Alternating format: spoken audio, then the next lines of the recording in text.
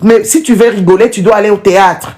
Si tu veux rigoler, tu dois aller regarder les comédies ou soit toi-même, tu te fais rire, tu rigoles avec tes gens. Mais souvent, quand je regarde les choses qui vous font rire, moi, je ne comprends pas. Les choses qui font rire aux Africains, je ne comprends pas. Je ne comprends pas. Les choses qui font rire aux Africains, je n'ai jamais compris la manière dont vous rigolez. Parce que... Un instant. Parlez d'abord.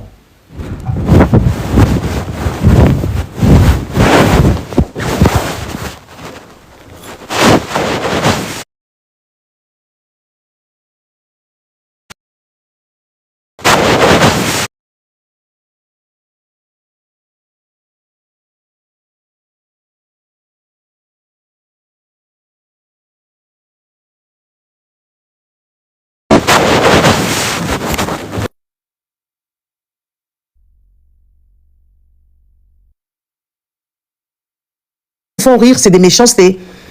Les choses qui vous font rire, c'est des méchancetés. Genre quelqu'un qui est là en train de raconter des méchancetés. Moi, je ne raconte pas des méchancetés. Hein. Moi, je ne raconte pas des méchancetés. Ces gens-là, je leur prends comme mes sujets, en fait. Des sujets pour que vous puissiez comprendre et voir que oui, voilà, ça ne vaut pas la peine. Mais eux, quand ils vont arriver, ils n'ont rien à dire, ils n'ont rien à expliquer, ils n'ont rien à faire. Donc, ils vont commencer, ah, talayo, sukinayo basili. Vraiment, est-ce qu'en Europe, quelqu'un peut avoir les cils dans ses cheveux? Donc, genre, j'ai des poux. Moi, j'ai des poux. Donc, une femme qui vient avec son mari, et vous avez l'habitude de faire ça, hein? Vous n'avez pas comment on appelle ça? Vous n'avez pas des discussions avec vos maris qui tiennent debout. C'est genre, vous parlez des gens, vous jalousez des gens, soit vous voulez ressembler aux gens, mais vous-même, votre développement personnel, votre compréhension de choses, il y a pas.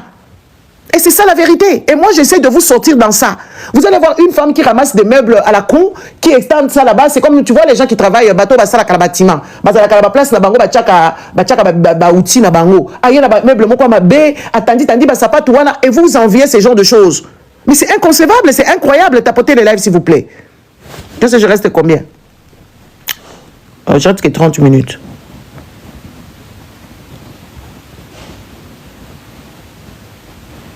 Hein?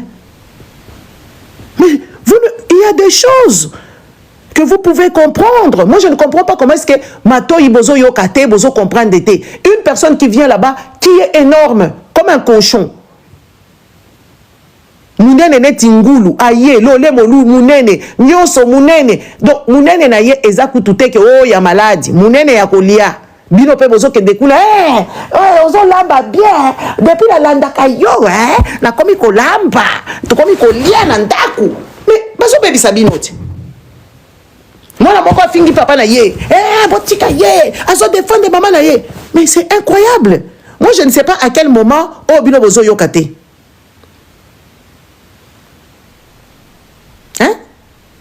À quel moment vous comprenez que makambo ngala lobaka te? Yo lobaka makambo abatu te, ngala lobaka comportement ya batu. Makambo batu wala basala ka comportement ya mabe. Yango siko ngana yela ka bango. Point. Et puis comportement na bango wala bino boseka ka makambo wana sepelisa ka bino botonda ka wana bozo sepela nango. Malhonnêteté bolingi ba mama Kongo malhonnête muyibi. Ayaki awa ko yebisa bino makambo mususu et oyo akomi kosala makambo mususu mais bozo landa e kaka et azape kitoko te azape malonga te azape la ba merci ya bien te et loko nini bino bozo comprendre te. Dada bonjour. Hein? Et loko nini bino bo comprendre te oh yo lo baka makambo te ngana zolo ba comportement na yebisi bino awa ba comportement o ba congolais bazana ngo ata Rwanda ngo o atakaka bino abimi boko bonga te parce que mayele ezate na mutu. Est-ce que ngana lobi lokuta? Hein? Est-ce que nga la lobby lokuta? Boko bongandenge ni avec la mentalité de stupide. Genre moi si moko bo avandi na mobali na ye bazo finga mutu moko boye ezo sekisabino. En quoi est-ce que c'est marrant? C'est ça, moi je me pose la question. Est-ce que Congola cause mayele na ba comportement ndenge wana? En quoi est-ce que ezo sekisabino? Mutu moko bazo lia neti ngulu, ale bovandi sie wana. Mutu moko bo azaki zengi neti mama Congo, bovandi wana bozo sepela. Batu moko boye basali mwana moko ya muke getapan. Mwana wana enoka za victime ba mama ba congolais et ba congolaise na ba papa et ba congolais parce que ba kamona rebanda ki bozaki ko apuya ngo bo bozaki pour mama na ye po bosoloka na mama na ye po bino boyaka na internet awa kokota makambu ya loleng et pourtant ça makambu ya conseil ya ko bisa mama abwaka ka mwana te Maman, hein, à boire kakamon na été. Qu'est-ce qu'il y a de difficile à ne pas comprendre?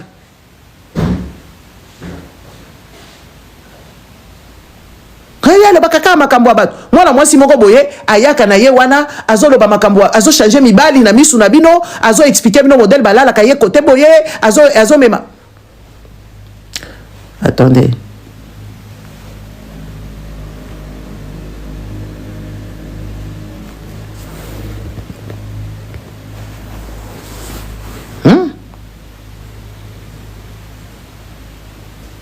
Azo changer ne ba mibali, azo be mwana na ye azo kumba ye na ba hotel, ba ke kolala be mibali, mobali mususu akamati a changer mwana kombo, na misu na bino izo sekisa bino. C'est là moi je vous respecte pas beaucoup. Je suis désolé. C'est là je ne vous comprends pas, je me dis mais bateau est-ce que c'est normal? Est-ce que vous avez déjà vu ce genre de choses? Des mamans comme ça qui maltraitent les enfants des autres. Genre, oui, elle maltraite les enfants des autres parce qu'elle doit maltraiter. Dans ce siècle présent, il y a encore des enfants qu'on déteste dans ce monde. Et ça, c'est qui fait ça? Basia ba Congolaise mutubasa kama kambouana. Ya kolinga mwana te mobile na ke libanda kuna ke kobota. Oboyi ete. C'est le mari qui est parti faire un enfant dehors, mais toi tu détestes l'enfant, mais tu es avec le mari là. Est-ce que c'est cohérent? Est-ce que c'est cohérent?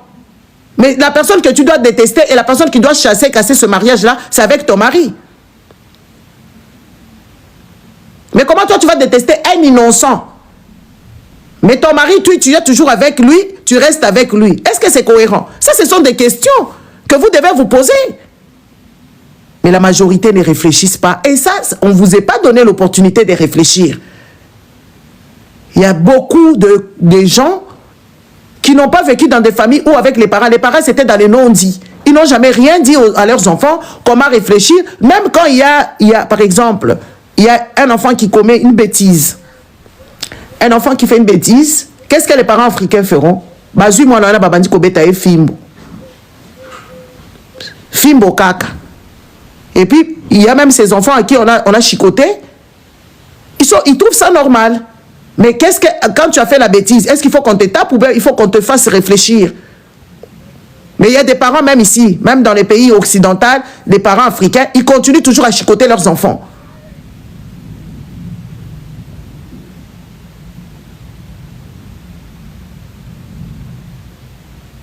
Hein?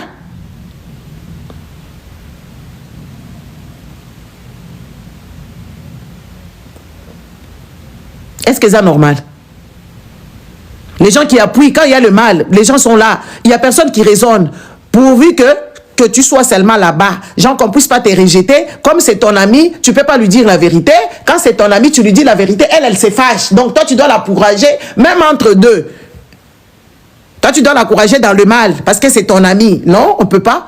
Moi, je préfère être seul de mon côté que les 10 000 là-bas. Moi, je préfère avoir l'idée éclairée. Je préfère être logique. Je préfère être honnête.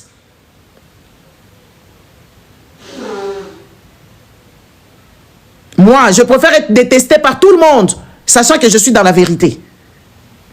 Mais est-ce que vous avez le culot de faire ce genre de choses? Vous voulez qu'on vous aime par des gens qui sont fake? Vous voulez rester avec des gens qui vous font des plans? Vous voulez rester avec des gens qui vous ont maltraité?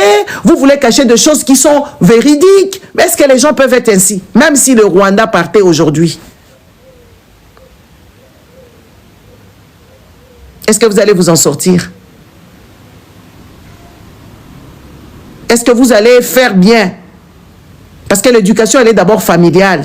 Si dans la famille, on aime l'enfant, dans la famille, on comprend l'enfant, on accompagne l'enfant avec la bienveillance, avec tout ça là.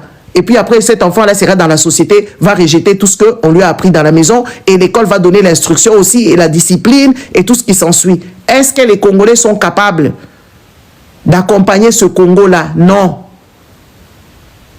Parce que la majorité, ils sont détruits des gens dans les familles. Des parents méchants, des enfants méchants. Donc, c'est que les Congolais ont su donner dans ce monde. Ils ont su léguer. C'est que la méchanceté. Les Congolais, la chose qu'ils assimilent et la chose qu'ils savent imiter, c'est que la méchanceté. C'est ça l'héritage.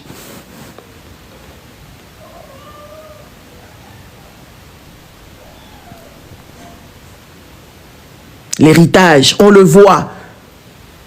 On voit les Congolais qui disent que les animaux sont des sorciers. Ils mangent des animaux dans tous les sens.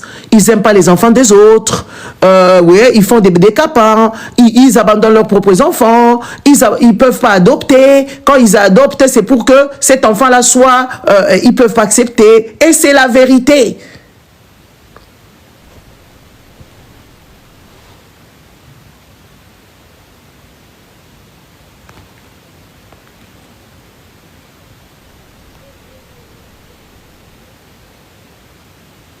Il n'y a pas que les Quinois, Chacha, tout le monde, tout le Congo est maudit avec ces genres de... Donc un enfant qui ne vous a rien demandé, qui est arrivé sur la planète, allez, on commence à la maltraiter et il y a l'accompagnement de cette maltraitance. Les adultes accompagnent la maltraitance. Ils font des guet-apens aux petits-enfants. Nous avons vécu ça ici. Avec l'histoire, il y a moi, Enoch. Et vous tous, vous réfléchissez ainsi. Genre, si quelqu'un est lélé, PD, ou je ne sais pas quoi, tout ce que vous voulez, des fois, il ne faut pas l'aimer. Il faut les détester. Vous avez fait ça ici, au vu, aux yeux de tout le monde. J'étais la seule à vous dire que ce n'est pas normal. Mais vous avez accompagné ça. Vous percutez en retard. Et vous ne comprenez rien du tout. C'est pour ça, une femme comme celle-ci avec son mari idiot qui raconte des bêtises dans la tête. Tu sais ce qu'elle a dit? Je viens de tomber sur... Je ne voulais pas rentrer dans ce truc. Hein. Elle dit quoi? Oui, voilà. Mobali abutan doit la kafingaka. Ah bon? Ah bah dit kotanga babikolo nyoso. Donc bamibali nyoso ba congolais baza ba idiot. Bamibali ba congolais baza ba idiot. Ba mayele était donc bango ba ko défendre moi si na bango na kofinga. Tu sais c'est quoi la défendre quelqu'un? Défendre une personne, c'est lui dire la vérité. Tu vois, dans vos maisons, il faut leur dire d'arrêter ça, c'est ça défendre. Parce qu'elle, elle va venir ici, on va toujours lui parler comme ça. Parce qu'elle ne vaut rien du tout, son mari, il est bête. Elle-même, elle est stupide. Donc, des malades mentaux, des personnes bêtes, en fait. Bazo, bamibale, bazo tambol ensemble, baza na libala, et puis, au sala, soirée, pour que des soirées na été, azali zoba. Elle fait son business sur votre dos. Et tellement que vous manquez où aller, surtout à toi, France, Wana. Parce que dans la comme quoi, salité. Oh, toqué terrain. Mais Dieu aussi, il y a un modèle, Wana. Oh, toqué musique, qui sont qui babino, qu'on dit, tout pas toi, France, Wana. Moi, je suis encore mes babino quelque part. Ameni Pedja Bino, Boke, Boyo, qu'on dit quelque chose. Une idiote qui insulte comme ça, bêtement.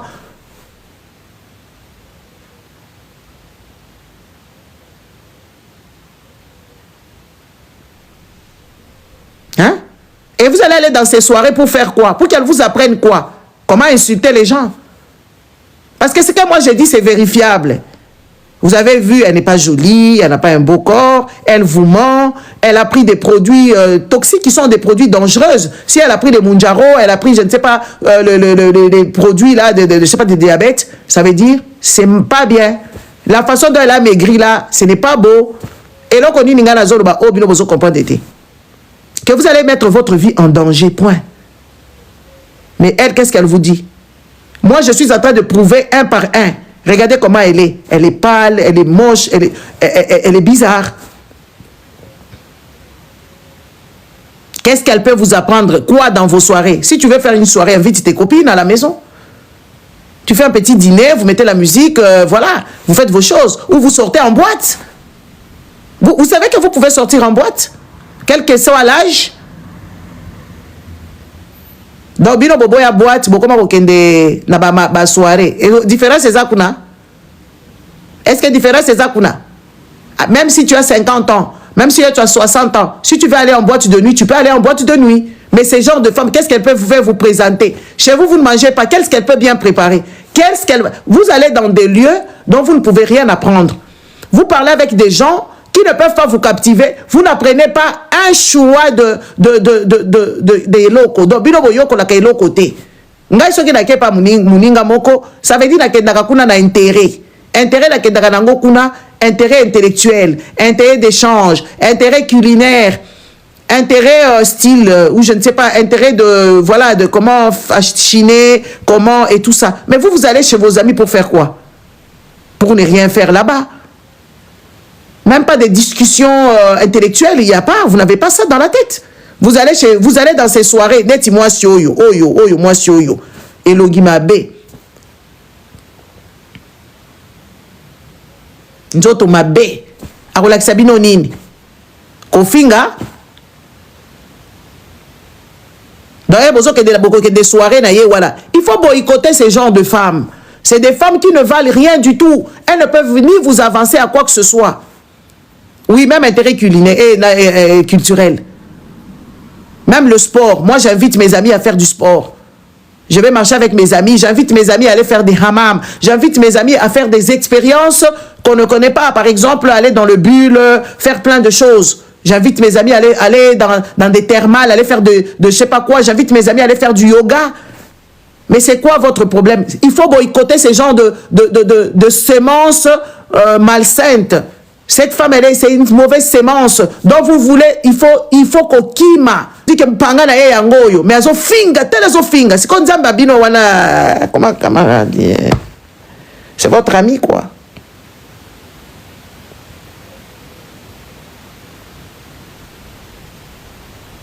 Est-ce qu'il y a des cohérences là-dedans? Non, oye na Bible. Moi, j'en ai plein. Yo zaka la Bible moko. Nga zala ba Bible belé. Ya ba langue belé. Yo zaka la Bible moko.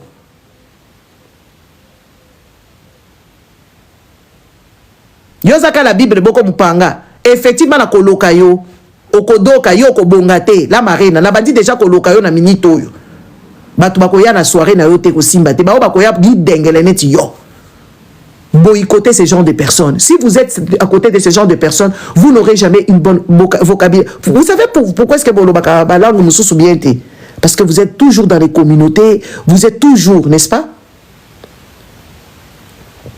Comment veux-tu avoir une bonne vocabulaire avec Nabatolo Lengeboy?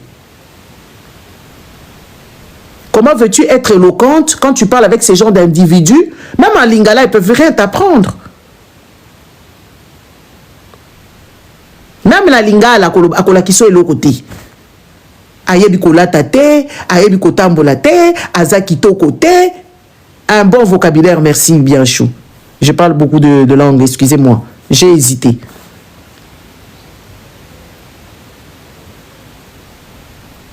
Elle n'a pas de vocabulaire adéquat, elle connaît rien du tout.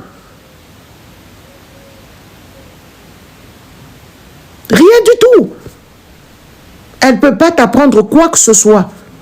Rien. À quoi la qui soit le côté. Et le côté, ayekaka, comme ça la business naïe. Elle veut que vous alliez là-bas, vous enjaillir. Le 8 mars. Est-ce que le 8 mars, il faut boire la tabanane? Le 8 mars, il faut aller là-bas chez elle. Le 8 mars, est-ce qu'on vous parle de 8 mars ici tous les jours, non?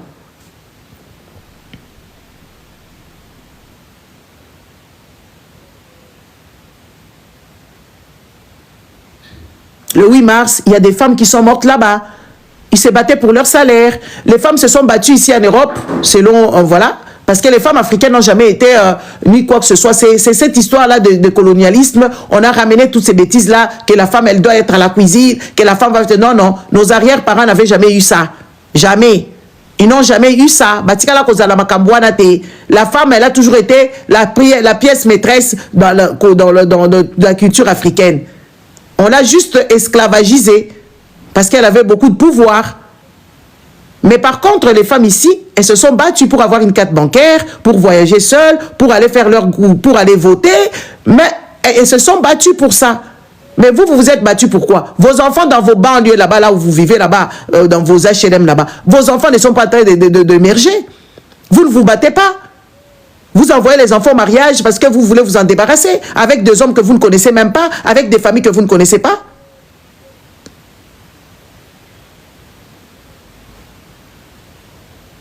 Yesiko, elle vous appelle à aller danser dans son truc, il y aura à manger VIP. Quel VIP? Une personne qui ne connaît même pas c'est quoi VIP.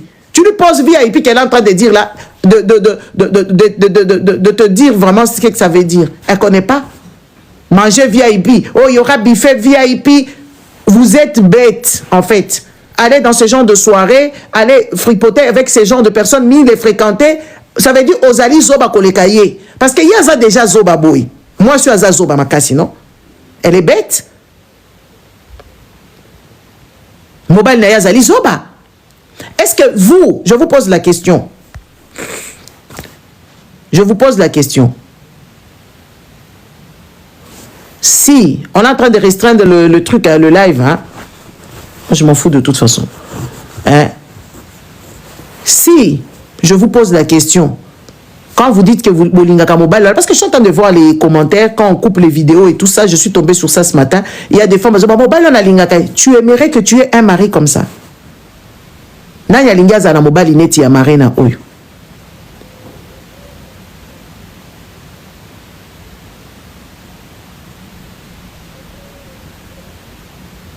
Hein?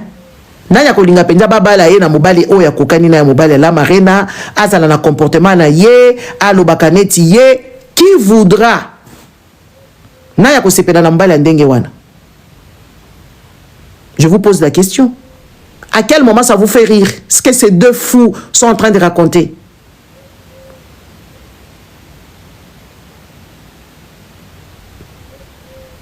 Hein? Qui voudra ressembler à cette femme ici? Elle parle pas bien.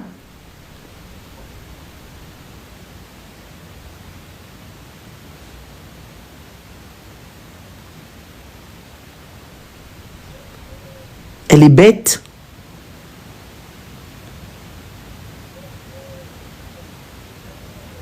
Tu connais bisangai. Bozupe mobali nae, mobali moko abongo eko bala mwana na yo ko sepela. Mobali neti wana po ba yebisi biso bantandu baza bongo. Donc bikola ba kongola ngweza ka ya médiocrité ndenge wana. Donc batandu nyonso bazali ba médiocre bongo, bantandu boya awa. Moi, je ne connais pas les comportements des bantandu. Hein. En tout cas, ceux qui bantandu, c'est très compliqué. Hein.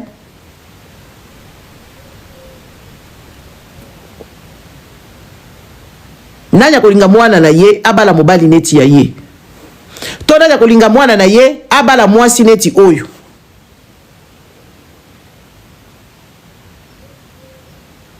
Mais donc, les bantandu sont mal élevés. C'est des gens vraiment à éviter de tout port. Parce qu'ils n'ont pas un bon comportement. Comportement la bango, ezali comportement yamabe.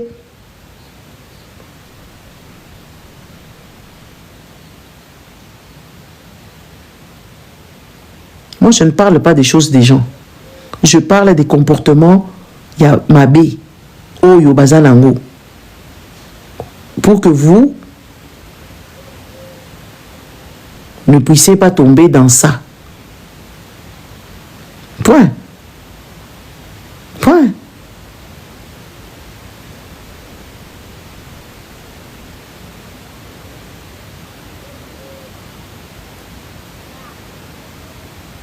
Qu'est-ce qui vous fait rire quand ce couple de débiles, ce couple de malades viennent vous raconter des bêtises, des imbécilités et vous êtes en train de rigoler, vous trouvez ça normal?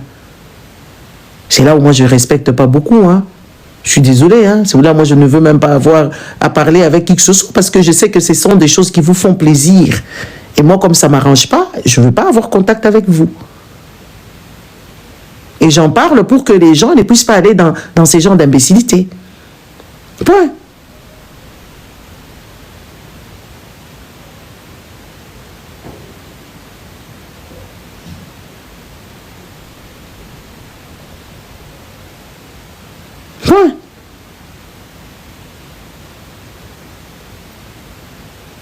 Ça, elle, il faut la placer. La famille de elle, là, placez votre fille. Bon, tu as sous-titel parce qu'à Koko Maliboma Kalate. À Koko Maliboma, moi, je suis en train de dire la vérité. Ouais. À Koko Maliboma parce que le monsieur, là, est en train de la pousser à la folie. À Koko Maliboma.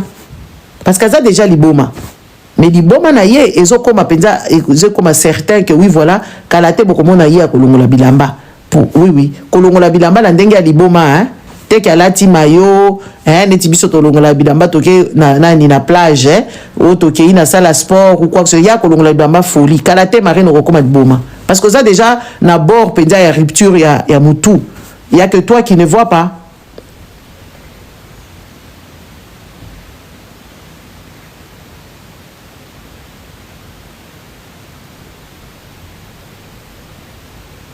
kalete ozokoma liboma na mupanga na yo livre moko boizanga tina alozo brandinga la zala mupanga nga la zala mupanga ta mupanga ngo nga ko yebiso buzoba teme na ko beta o biloko petit ko regretter na yebiso buzoba mingi te yo moko zolo bananga cancer yo wapi bana ngo yo boti po bilo basi ba congolais fo bobota bana. Moi je peux pas tomber dans la bêtise wapi bana maman yo bi cancer na bela ki yango makasi makasi ya kosakana te yo depuis babota yo na modèle ka aussi okoli ndenge wana ka modèle oza wana oleka te ma chérie oza na éducation te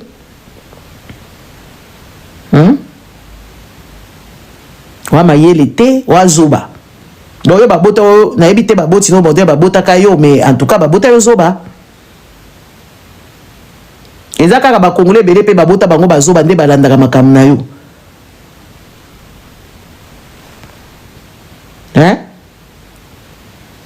yo bakongole oyo balandaka yo mpo bakongole ebele babota bango bazoba yango balandaka yo mais sinon yo oza espèce humaine en voie d'enfermement il faut ba enfermer yo na kati ya psychiatrie.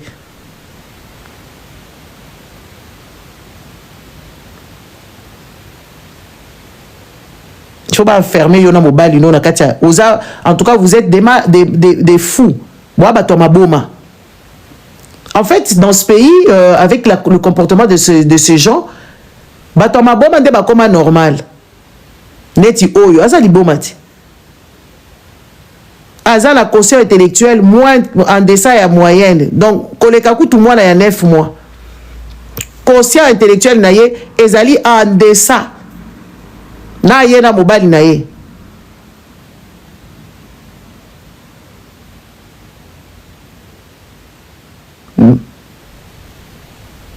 conscient intellectuel na bango ezali en deçà ya mwana ya 9 mois basaka ba geste moko débile bazoba makambo buzoba ba mayele te c'est triste hein.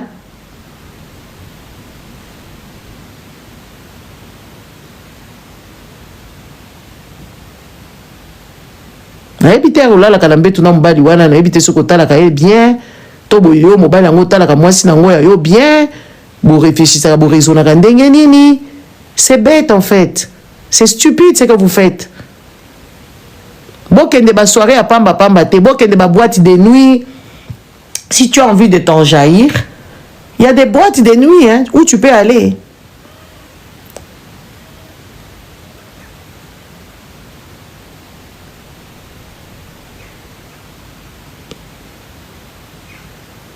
Hein? Écoutez, une fois je vous regarde, je me dis, mais il y a plein de choses qui se passent sur Paris. Vous êtes tellement attardés, tellement bon, comme on mine gombete, voilà les retombées. Donc, tout le monde zobaye, a brigadé bino na buzoba nae parce qu'elle veut se faire un peu d'argent avec les histoires. Ouais, il faut quoi, boser la bino po bobima, il faut boser la les 8 mars. Et puis le 8 mars organisé par une tarée comme ça. Tarée Moroboya à la Mouki, elle veut se faire un peu de sous. Elle commence à vous organiser des soirées à la débile, avec des publicités à la con.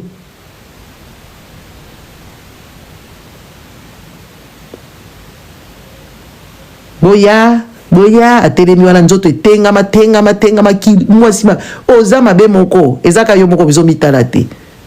Ozama donc yo kutuko ko bonga na yote. Ozama yele te. Oyebi mwasi azala kata so oza selon mabe hein, mais oza ta ma yele. Mais oza bololé penza donc yo penza espèce humaine oyo ya soki ya ndenge nini ya ba congolais. Amoni basi ya boende bazo représenter bino même le Rwanda comment le Rwanda peut vous respecter. Avoir des stupides comme ça. Hein? Comment voulez-vous que même le Rwanda, basi aboye Kagame akangaka bango, moi si aboye ka na réseaux sociaux ya boye, est-ce que azoteka miroir ngo Congo ndenge nini? Eza oyo nazo kende boze.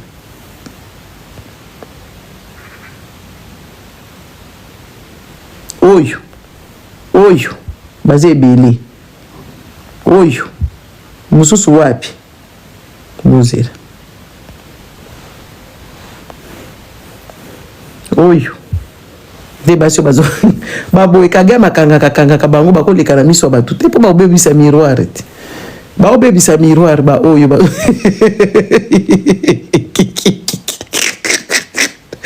oyo nde bazoternir ebembe ya RDC zala classe bango oyo nde bazoternir image ya RDC baoyo ebemba RDC bazobebisa ebemba RDC baoyo ebemba RDC basi ya boye botala sikotala bao bazorepresente bio sikotoke obeba nani bakabebe bio basi boboli bakabebe na Rwanda bolela ti boza jumsu za kocha bango bakabebe dakocha bango penza bakasi bakabebe tala yazo represente botala bato ba representaka bino e Congo mawa ebemba Congo penza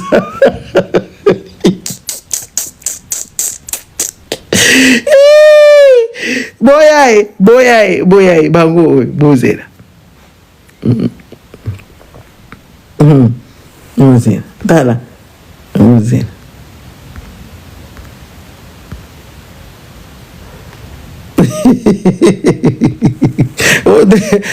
oyo bazorepresente ebemba Congo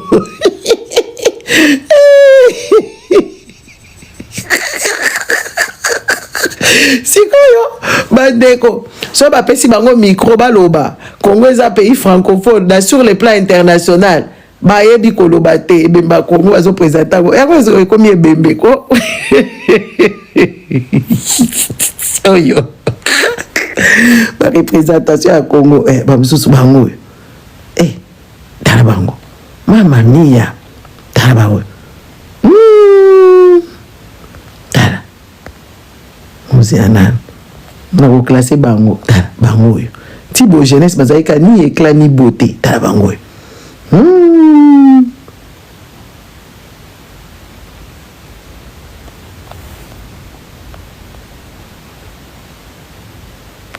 oyo babwakaka bana nde bango bazorepresente RDC sur le plan nani soi-disant biso toza na visibilité biso tomonanaka baburiki baburiki ya niveau osakana te baburiki bazorepresente baoyo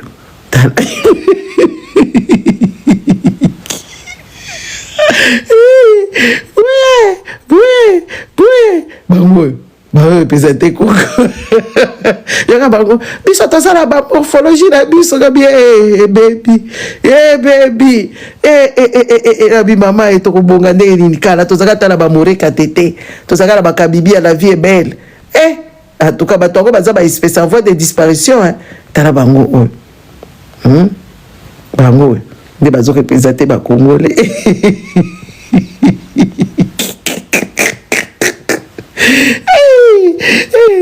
tala bango oyo bango oyo bazorepresente Congo bango oyo nde barepresentation na bango qui a dit mawa Congo ebemba Congo penza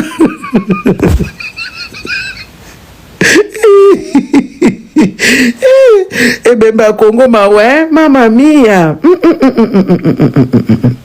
ebemba Congo iso souffrir po Congo penza ebembe ko tala siko barepresente na bango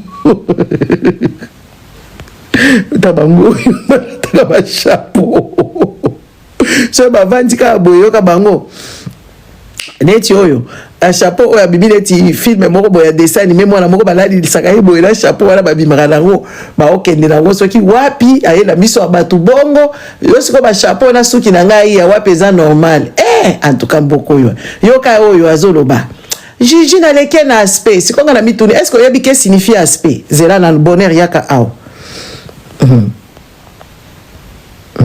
bonheur yeyo ya lobi alekinga na aspect Ngai sikoka lobi la talika vidéo ngo ba tindeli ngai azolo baka ngala leki muto akomi makambu na yeke oui Gigi amoni un truc du genre Gigi amoni collier na yo mama mia yo kae Gigi wana oyo bozana ye complexé mama abati koloba makambu moko qui n'a rien à voir avec les commentaires wala batira qui ya lobi ya lobi boye Gigi wana na leke na aspect mama oyebi aspect lingi koloba nini aspect lingi koloba netité donc en fait tu veux juste paraître devant les gens mais moi je n'ai pas nga naza na makambo aspect te nga naza ngai aspect bon que de côté la mot aspect je sais pas comment est-ce que vous lisez hein na yebite comment est-ce que bino bo utiliser ka ba mot o bo yebi sens nango te aspect na mukuse na lingala lingi koloba netité donc eza yote donc toi aspect na yo donc tu parais bien donc ozali bien te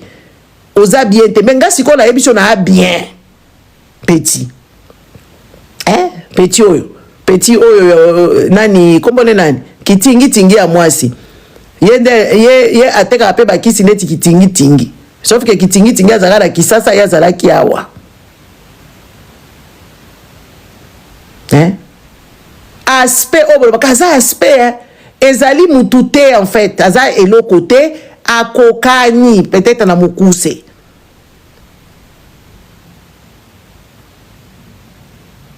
ngala aza aspect koleka Gigi mama ngala yo tobotama côté moko yo lataka tala et puis jour ngo olataki pe bien te oyebi sautoir balata ngo na chemise te balata ngo na décolleté moko soit V soit plongeant yo kamati chemise ozui sautoir siko ekomona na ndenge nini oyebi lo côté yo ngala zo yebisa yo kanga mbanga ozala bilamba te bilamba na yo ezali nani bilembe na yebite na lingala wa bien te tala modèle za opakola choko aw ta maquillage o biloko yo ata ba drag queen basala makambo bongo te mama tingi mama ki tingi sala vie na yo oh Gigi wana azala kala bobali moko amukolo azaka la mbala mukolo siko mobala wa mukolo ya yo mona Regina Daniela watela mbana na mukolo bozo betele maboko ma chérie ma copine okoluka vina nga okoluka ngoko ya ko exposer awa nazo peso boulot tu vas parler de moi mais moi la seule chose que nga la yebisi yo kende ko bongisa mwana na yo point kende ko bongisa mwana mema mwana tiambongo ola ko somaka ba biloko ba bilamba ya ba 14 € ya ba 30 € tiambongo wana de côté po bino bo parkaka na ba handicapé donc vous prenez vos enfants comme bagani pe na bino. L'État paie ça bango plus d'allocations, plus de petits avantages, genre parking, posa la mona handicapé. Moi, nango bo me make na mutuka ngo, mutuka mabendenge wana. Hein? Yo kolekate, ngana yebisi yo oza bien te, oza na donc aspect wana na pesi aspect parce que aspect ngi koloba que ouais yo paraître genre tu voilà, apparence na yo ezali netité. Et ça, apparence. Quand on dit apparence, donc on ne connaît pas ce qu'il y a dedans, on ne connaît pas ce qui, on ne connaît pas apparence, ezali aspect wana zoloba wana apparence wana. Et lingi koloba que on te voit juste wana, ili lingi kaka to moni yo, mais bon, to yebite. Vous comprenez?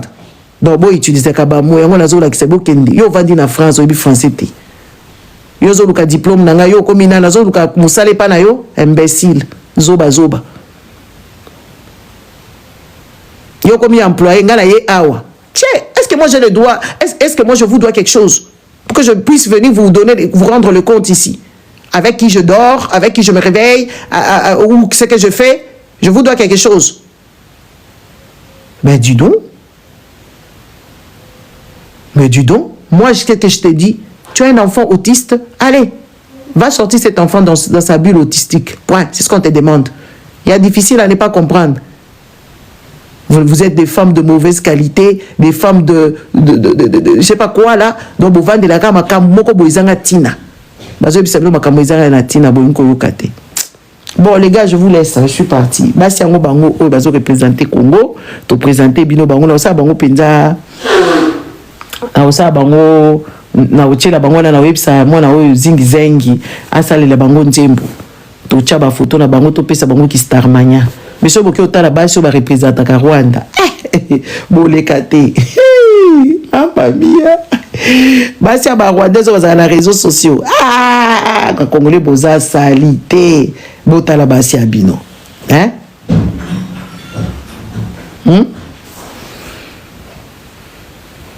Ba Congolais. En tout cas, quand ils ont yebisa bino, hein, tala. Boa salité. Tala. Boa bien té.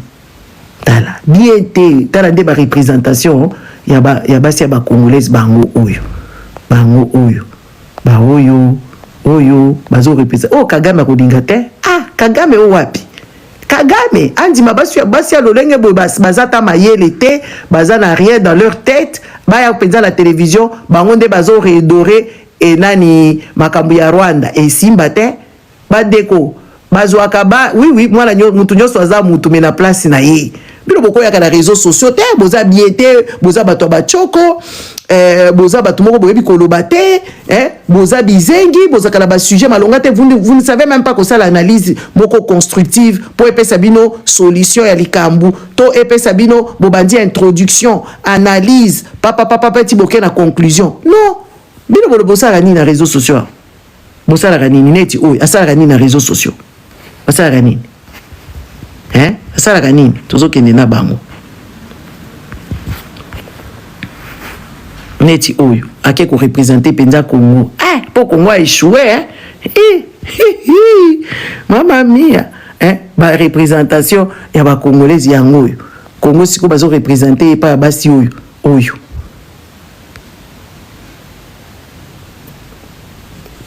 Ya uti kusani awo. Mama ba oyo. Basi ya ba Congolais bango bazo représenter bango. Ba oyo. Des bateaux bakenda kolanda bango bao basé belé kuna bandeko pour botia moi muto représenter bino il faut bozala sûr na ba capacité na ye nyonso intellectuelle, culturelle, sociale, et puis net soka revendiquer kaza kitoko ça la paix kitoko.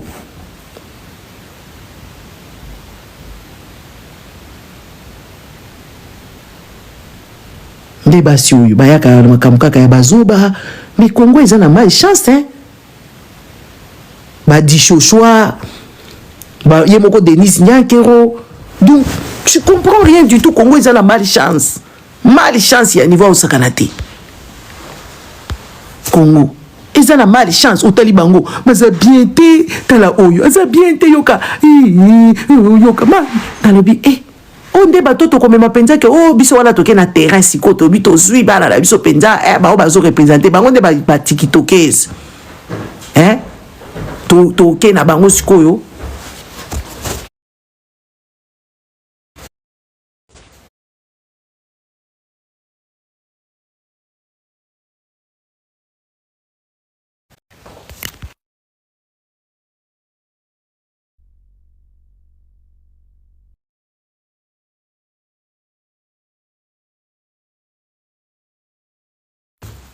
Les amis, toke penza bato TikTok. Tozu penza toke des concours na TikTok. Na basi ya ba Congolais tozu oyo. Est-ce que toza si to gagner? Bon, voilà ce que toke penza concours mondial ou bien concours africain. Concours du Grand Lac. Pour ça toza kana CAE. Toke na concours ya Grand Lac, tozu ba Tanzanienne. Tozu ba Kenyan. Tozu ba Rwandais. Biso moi kana biso za kana EAC. Tozu ba Rwandais, tozu ba Burundais, na ba Ougandais, na biso ba Congolais, na ba Éthiopienne. Boza si peut-être tozu ka ba TikTokers. Ba star, ne ba star na bino oyo ti. Bango oyo. Biso wana toke siko concours. Boza si peut-être boleka. Ba oyo. Soit disant. Oya lo bingala sa notoriété ngabi. Ba makwakala, ba danoise, mama mi. Est-ce que boza si peut-être ba pesi bango micro. Ba loba, ba oyo, ba pesi bango micro. Abibolo bakaka phrase moko.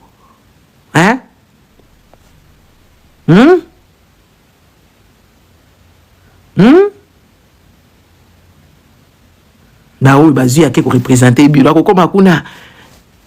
Masakala yo. Salité. Basili.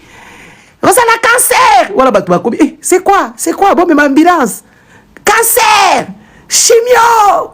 Ndema kamba koloba kuna En tout cas, koka moi, nazo kamwa kake. Nazo kamwa kala lobi oh mboka ndenge nini penza ebembe ya Congo penza makasi boye. Ebembe ya Congo.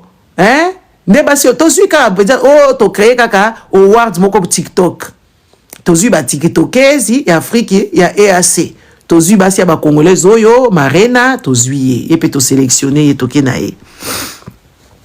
Ose.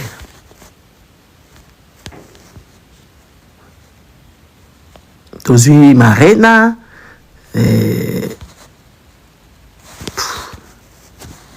tozui Karini tozui Ornella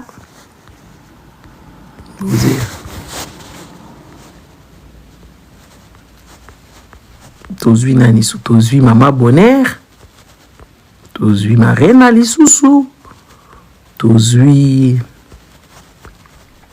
Ofera Nadia Saratola nga bozwanga te ponga naza bongo tenga na yaka koloba awa makambo na nga mususu bango bozwi bango na koklasi bango bien osala bango video sikoyo bolobi bon bakende ko représenter biso bozwi pe Armstrong bozwi pe Chantal bozwi pe nani bastari nyonso ya TikTok boke na bango kuna bakende ko représenter biso ba Pandora ba Jemima Kokonzoni ba Beauté Divine bozwi Beauté Divine yes quoi ko te représenter biso kaka côté nzoto Beauté Divine il faut représenter biso nzoto na côté spirituel.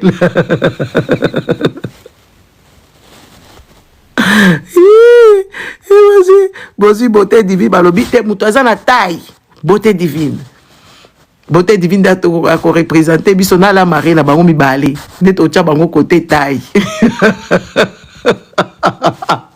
ba représenter biso sikoyo bango to kozwa bango côté taille Beauté Divine na la marée na to tia bango côté Choko na côté Mutakala tozwi Jaël Manike tozwi côté nini na ebite manike côté mbavu moya na ebite ce tozwi côté nini na ebinanga te. Bon les amis, moi je dois partir maintenant. Je m'en vais na kei ko sa makamna ngai tozwa bango tout ba Beauté Divine ba la marée bango nyonso baki ko représenter biso na événement auto ko sala ya milulu ya minene na kati ya EAC ni koloba Union Communauté Afrique de l'Est Congo pezaka na kati chilo mwacha biso kuna na kati donc biso tokotele mana ba rwandaise tokotele mana ba ougandaise tokotele mana ba burundais tokotele mana ba tanzanienne tokotele mana ba kenyen biso ba congolais to siko toza ba star la biso bango yo nde tokomema bango ba ke ko représenter biso boza si peza bokozwa ba ko voter biso ba ko kamwa siko bango ba yaka ko revendiquer abeke baza kitoko baza mayele tokozwa bango côté aspect tokozwa siko bonheur pour bonheur yende muto ba aspect soi-disant tozwe bango to gagner. Bon les amis, je vous laisse moi je m'en vais faire mes affaires tozwa bango penza siko batelemi bango Karine Mokonzi wala badi kotambola bato be allez matisa bazwi nani lisusu Beauté Divine po Beauté Divine alobaka buzoba moko yaza kama mbikuri nzamba soloka na muto oyo aza fol muto oyo kaka mingongo ya nzambe aza liboma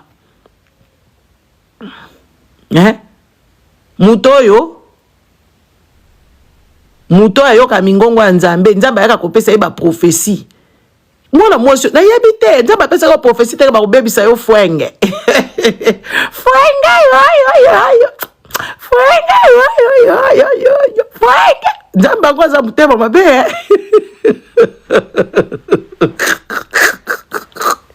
nzambe alakisa ko kama makambo ezanga tina makambo atina penza babebisa yo fwenge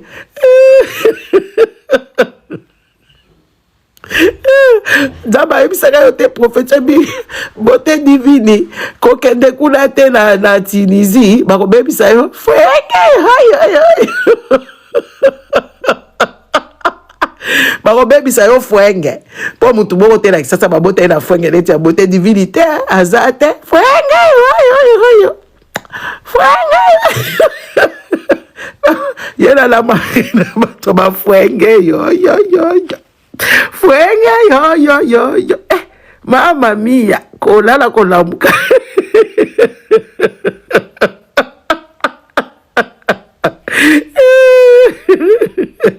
oyebi babote divine na bamare na bahandicapé voulu sikoyo biso toyoka mawa nga na kozala mawa na bato lolenge boye te enabi oyemba bopesaka ta bapoint ko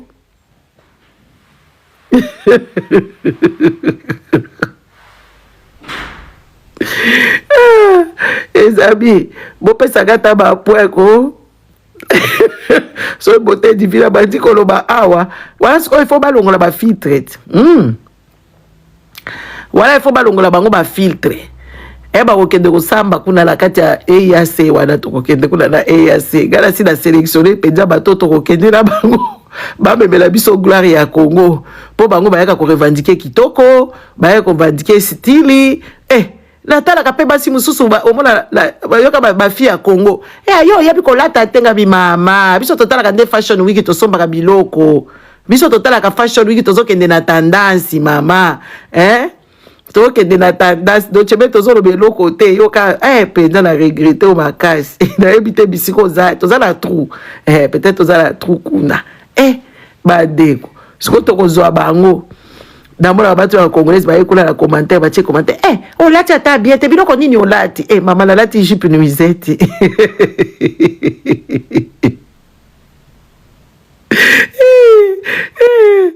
deko tokozwa bango nga nazopesa bango mpenza kosala bango award ya Afrique ya EAC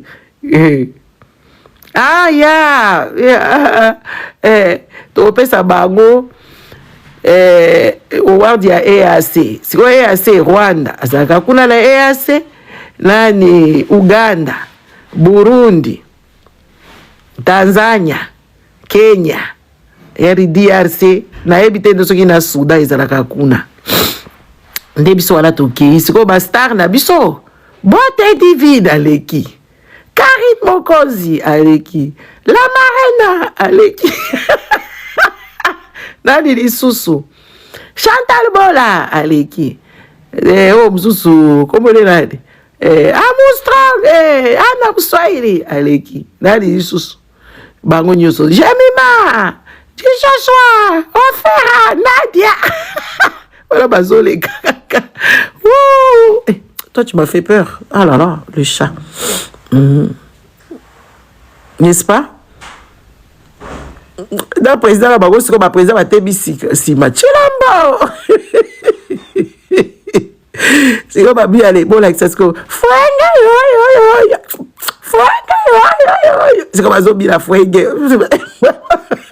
bato bakokamwa ale tourne fwenge ale baba fwenge yo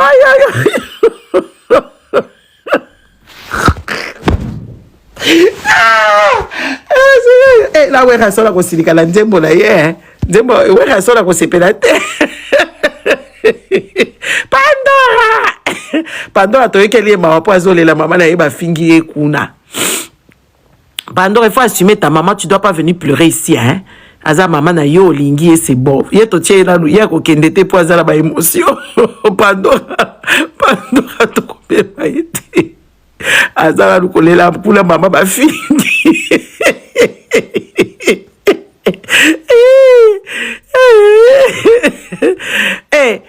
Newton Melvin azalaka mayele ezaka basi ya ba congolaise balakisa bango mabala nde Melvin azala mayele makasi Melvin azala mayele yalo bakaza star na bango Melvin aza mayele la mami ngeni tokomema ye la Madonna tokomema mami ngeni na kati ya EAC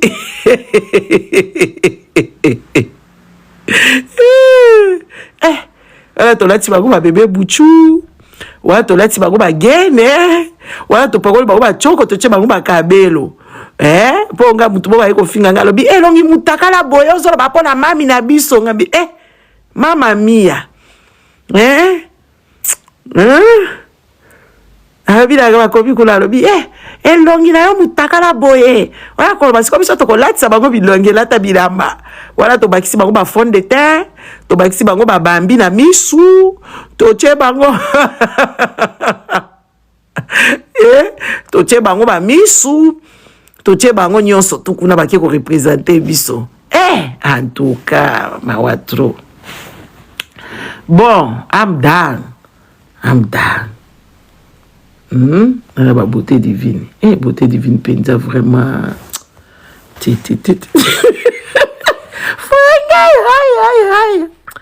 Et pourtant, bilamba oya sport oyo ebongisaka aspect bilamba oyo soko lati bilamba oyo ezongisaka nzoto quand même moi aspect mais soko balati elamba ya boye nzoto ezongi te siko oyo omoni beauté divine soko la elamba oyo ebongisaka aspect omoni bonheur yo koloba aspect donc beauté divine na ebité bilamba zo bongisa ta aspect na yo te aspect lingi koloba eloko moko te aspect lingi kaka eloko eza mabe babongisi yango nde yo aspect na yo oyo mama oyo nde mutu namonaki ekola batinde nga video azoloba nga aleki sen na aspect na ekela kolata yo za na elamba yo oyo elamba bya ashemo lataka wana bilamba ezanga tina wana na mususu ya wenzi ma chérie yo bi ma chère ndakuna mwasi oyo azoba aspect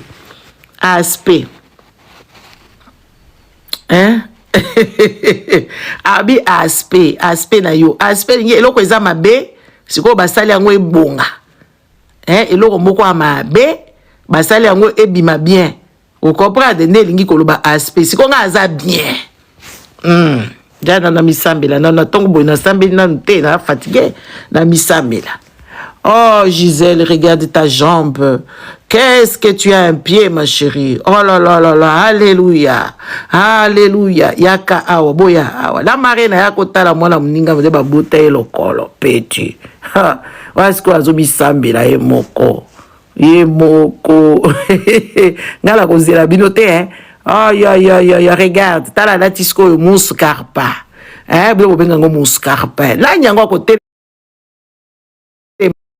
la nyango kotelema na lokolo aza na lokolo neti oya ngai wana prière nazo sala pona lokolo na ngai nanya kotelema na lokolo yo tala lokolo boko agence leki ya Mélanie Trump otali lokolo elati muskape elati penza muskape décolleté alléluia papa mpia tozo pesa bino babote oh la la Boziana. Allez, tolongela na awa toke kote mususu. Amen. Allez, toke. Oh, les longues jambes. Oh, les longues jambes comme ça. Alléluia, les longues jambes. Les longues jambes. Les ventres plats. Les cheveux crépus naturels. Alléluia, amen. Alléluia. O sambelier. Nami sambeli ngamoko. Nami sambeli mamoko. Naza magnifique. Naza kitoko. Naza na nyonso. Mama nanga sala kamusala. Koko nanga bongisa ngai. Koko nanga pendanga makolo. Alléluia. Amen. Okodoka mama ziara la bisabela. Alléluia. Alléluia sourire. Alléluia nyonso. Alléluia kingo. Alléluia kingo. Alléluia kuise. Alléluia. Voilà ce que ngala zo bisabela ngamoko. Ne ba prière na ngala salaka. Alléluia. Boya awa. Boya. Basi ba congrès to bokende. Ngala ko kende te. Ngala tikela bino ki starmania. Alléluia la stylée. Alléluia événement. Alléluia, alléluia. Alléluia. Alléluia. Ngala kokende te, bako kende. Nga kutubochanga kuna te, ngala kokende te. Allez, tozo sambela. Bozala la mi sambela bien pour la kende bien. La kende. La mi sambeli. Ngapela kanga ba photo mingi te. Oh là là. Ka ba photo mingi te.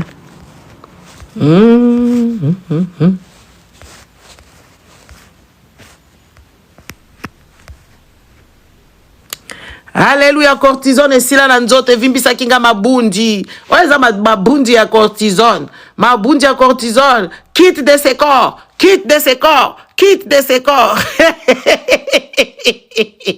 Oza mabundi na ga cortisone bandeko. Baza ko pesa ga kisi cortisone obo pakolaka. E komi mabundi neti ya nani? Neti ya mwasi ya kakol. Kasit. Alléluia, les goûts de ça. Alléluia, les goûts de ça. Alléluia. Alléluia. Alléluia. Kasi bomala mwasi ya kakol. Mabundi ne waneza mabundi ya cortisone bapakolaka ba choko wana. Siko cortisone biso tozo mela cortisone so za la cancer ava basala yo chimio ba beto cortisone. Ba peso kisi ya cortisone po et protéger ba biloko na kati. Mais bamela kango na médecin bango siko batia kango choko bozala cha babundi na ngai ya cortisone babundi na ngai. Hala wapi mabundi na ngai ya cortisone? Mabundi na ngai ya cortisone la belaka cancer et bungi. Oh là là, regarde les yeux de biche. Koleka ya bokecho wayambo. Koleka ya bokecho wayambo. Les yeux de biche. Les yeux de biche. Les yeux de biche. Bozela ladu. Wakabeza buro. Yaye. Les cheveux de Salah, les cheveux de Salah, les cheveux qui toquent, les poissons qui toquent, ma boudia cortisone et Sila, et Sila, et Sila, les cheveux qui toquent, les cheveux qui toquent lilo, qui toquent lilo, qui toquent lilo, qui toquent lilo, alléluia, qui toquent lilo.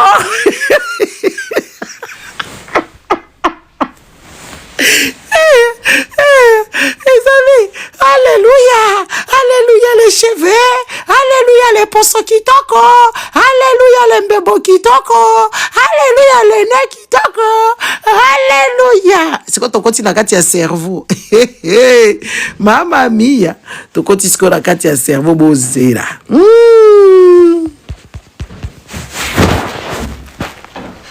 Il est venu.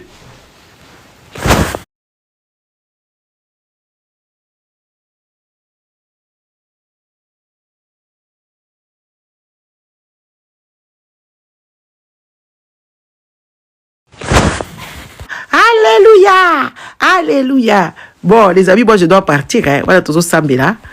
Sambela nani. Ngai. Bon, tali po jende si amuninga. Erazaka kocha kabelo.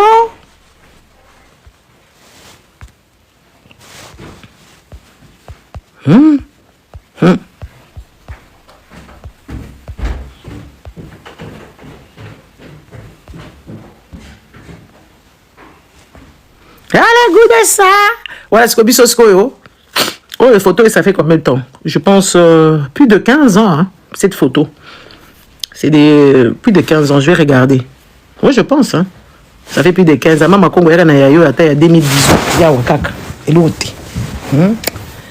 Les goûts de ça. Les goûts de ça, là. Bon, les gars, je vous laisse maintenant. Je dois partir, hein, parce que je dois aller bosser. Les obligations me demandent. Je dois partir, je dois partir.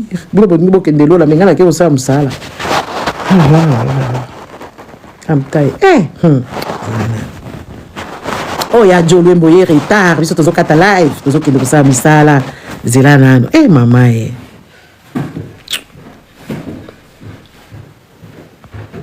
Oui, retard. Live ici.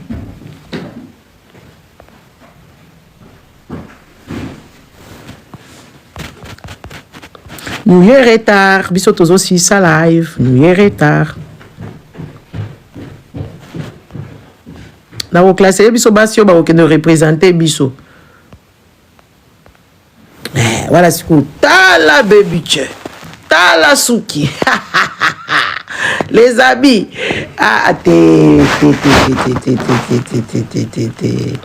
Gisèle, Gigi, Aka Girafe, la libellule, Anna Louis en compte, Mwana Makwan, Afumbale, Wafumbale, ah oui, pas la ngai kaka, eza ngai pinza, oyo, photo oyo, bandeko la ngai, les goûts de ça là. Tala boda sou toka na penza la Luli, oh là, j'aime bien quand tu écris comme ça, hein? Lilu, ah la Luli, elle est là, oh là là, les goûts de ça, Mama Congo ya yango wapi, ya Mama Congo yango, ouais ça photo à Calais, ya Mama Congo yango, ça wapi Mama Congo, Mama Congo yaka ah.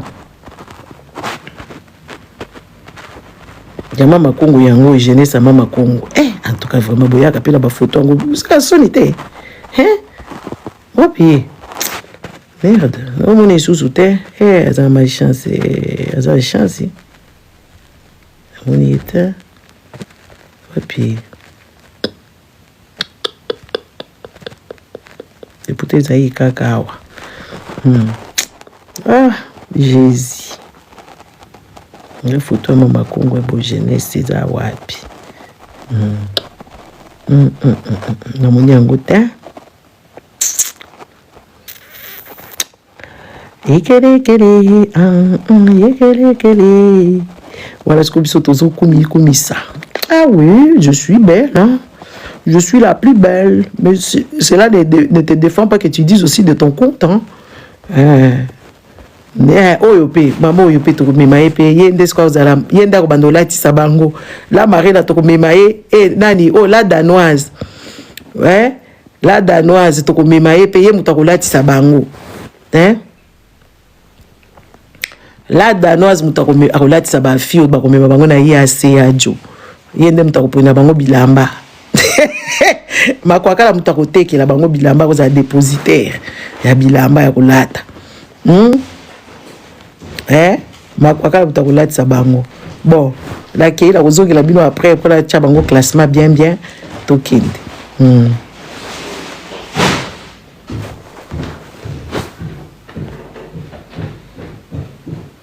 yango oyo Mama Congo azala kitoko